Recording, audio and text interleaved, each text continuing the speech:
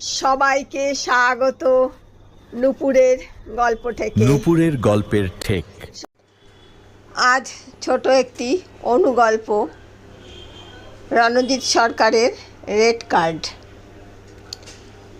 বাজারে গিয়ে ইলিশে হাত দিতেই ছ্যাঁকা খেলেন সমরবাবু। এদিকে আজ বিশ্বকাপ ফাইনাল, দুই শালক পরিবার নিয়ে খেলা দেখতে আসছে তার বাড়ি। গিন্নির করা আদেশ, ইলিশ চাই। আদেশ তো নয়, যেন দণ্ডাদেশ। জীবনটা যেন এক লাফ দিয়ে জীবের ডগায় এসে হাজির হলো। এই বাজারে ইলিশ মাছ দিয়ে আপ্যায়ন, কোনো মানে হয়? খরচের কথা ভেবে এক প্রস্ত ভিড়মি খেলেন তিনি। শেষমেশ কিছু করার নেই ভেবে বাজার মুখ হলেন। বাজারের ভিড় ঠেলে হাঁটতে হাঁটতে মনে হলো গোটা শহর আজ যেন ইলিশ মাছ কিনতেই বেরিয়ে পড়েছে। মনে হলো আজ যেন বিশ্বকাপ ফুটবলের ফাইনালের খেলা নয়, এ যেন ইস্টমোহনের ডার্বি ম্যাচ।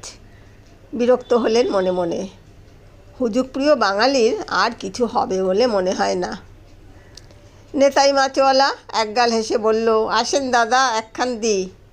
এক কেড়ে খাটি পদ্মার রানী, বুঝলেন কি না? দেখেন কেমন দরবার সাজায় বসিয়াছেন। তা তো দেখছি ভাই, দিচ্ছ কত করে? 2000। হ্যাঁ? ভীষণ শখ খেলেন যেন। খরচের কথা ভেবে সমরবাবুর বুক ধড়ফড় করতে লাগলো। তিনি জীবনে 1 টাকা খরচ করার আগে 3 বার ভেবেছেন। আর তিনি কিনা ইলিশ কিনবেন এত টাকা খসিয়ে? এ তো আত্মহত্যার সামিল। সমরবাবু খানিক চিন্তা করলেন। 2 শালাবাবু, শালাদের ফ্যামিলির জন্য অন্তত 6 পিস মাছ দরকার। সেই মতো একটা ছোট মাপের মাছ কিনলেন। কিন্তু তখনই পাশে এসে দাঁড়িয়েছেন একজন 8 পৌড়ে মানুষ। বড্ড চেনা লাগছে। সম্ভবত অবনবাবু, পাড়ায় দেখেছেন। তার সঙ্গে রয়েছে 7-8 বছরের নাতনি। নাতনির চোখ উৎসুক চকচকে, কিন্তু সে জানে না ইলিশ তাদের মতো মানুষের কাছে ধরা ছোঁয়ার বাইরের জিনিস। খোকা, ইলিশ কত? 1000 টাকা। একটু কমে হয় না? আসলে আমার মামরায় নাতনিটার আর জন্মদিন, বুঝলে কি না? দরে পোষালো না, উনি সরে গেলেন নিঃশব্দে। ওনার অসহায় আরতি নাড়িয়ে দিল কেপ্পন সমরবাবুকে। বুকটা হঠাৎ মোচড় দিয়ে উঠল। ছোটবেলার কথা মনে পড়ে গেল।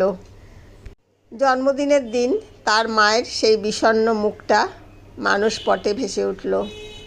তার মায়ের যন্ত্রণা আর এই মানুষটির মুখে ফুটে ওঠা যন্ত্রণার ভিতর কোনো ফারাক খুঁজে পেলেন না তিনি। মাছ কাটা হয়ে গেছিল। সমরবাবু নেতাইকে বললেন, ওই ভদ্রলোককে ডাকো, আর আমার মাছটা যে করে হোক ওকে গছিয়ে দে ভাই।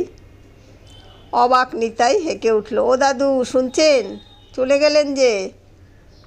বুড়ো ভদ্রলোকটি কাছে এলেন ফের। দাদু সরি, এই নিন আপনার মাছ। নাতনির জন্মদিন বললেন না? কত দেব? না না, কিচ্ছু দিতে হবে না। ঘরে ওর মতো আমারও একটা মেয়ে আছে দাদু। ধরে নিন আমার পক্ষ থেকে এটা ওকে দেওয়া আমার আশীর্বাদ।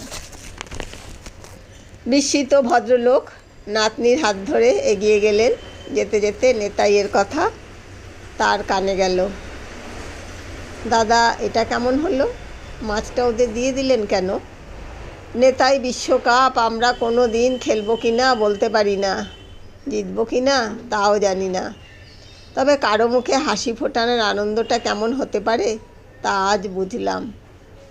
কি মনে হলো? বাড়ি ফিরতে ইচ্ছে করলো না। বাল্যবন্ধুর বাড়ি গেলেন সমরবাবু। সেখান থেকে আড্ডা দিয়ে মন একটু হালকা করে অনেক বেলায় বাড়ি ফিরলেন। ঘুমন্ত আগ্নেয়গিরির তপ্ত লাভায় ভেসে যাবেন ধরেই নিয়েছিলেন। বদলে অনুযোগে বিদ্ধ হলেন। অতিথিরা এসে গিয়েছেন অনেকক্ষণ। গিন্নি বললেন, হাত মুখ ধুয়ে এসো, সবাইকে খেতে দিচ্ছি, তুমিও খেয়ে নাও। পাতে ভাপা ইলিশের বড় টুকরোটা দিতে দিতে গিন্নি বললেন, মাছটা ভীষণ ভালো গো। অবনবাবুর হাতে ইলিশ মাছটা পাঠিয়ে দিয়ে কোথায় উদাও হয়ে গিয়েছিলে বলো তো? আমাদের চিন্তা হয় তো নাকি? সমরবাবু পাতে ইলিশ ভাপা পেয়ে বিস্মিত। বিশ্বকাপ দেখার ইচ্ছে সহসা ফিকে হয়ে যাচ্ছে। অবনবাবুর নাতনির জন্মদিনের আশাহত মুখটি ভেসে উঠল ফের। ইলিশ ভাপাটা সরিয়ে রাখলেন তিনি, খেতে পারলেন না। কেমন লাগলো অবশ্যই জানাবেন, আর ভালো লাগলে অবশ্যই চ্যানেলটি সাবস্ক্রাইব করবেন এবং লাইক কমেন্ট শেয়ার করবেন। ধন্যবাদ।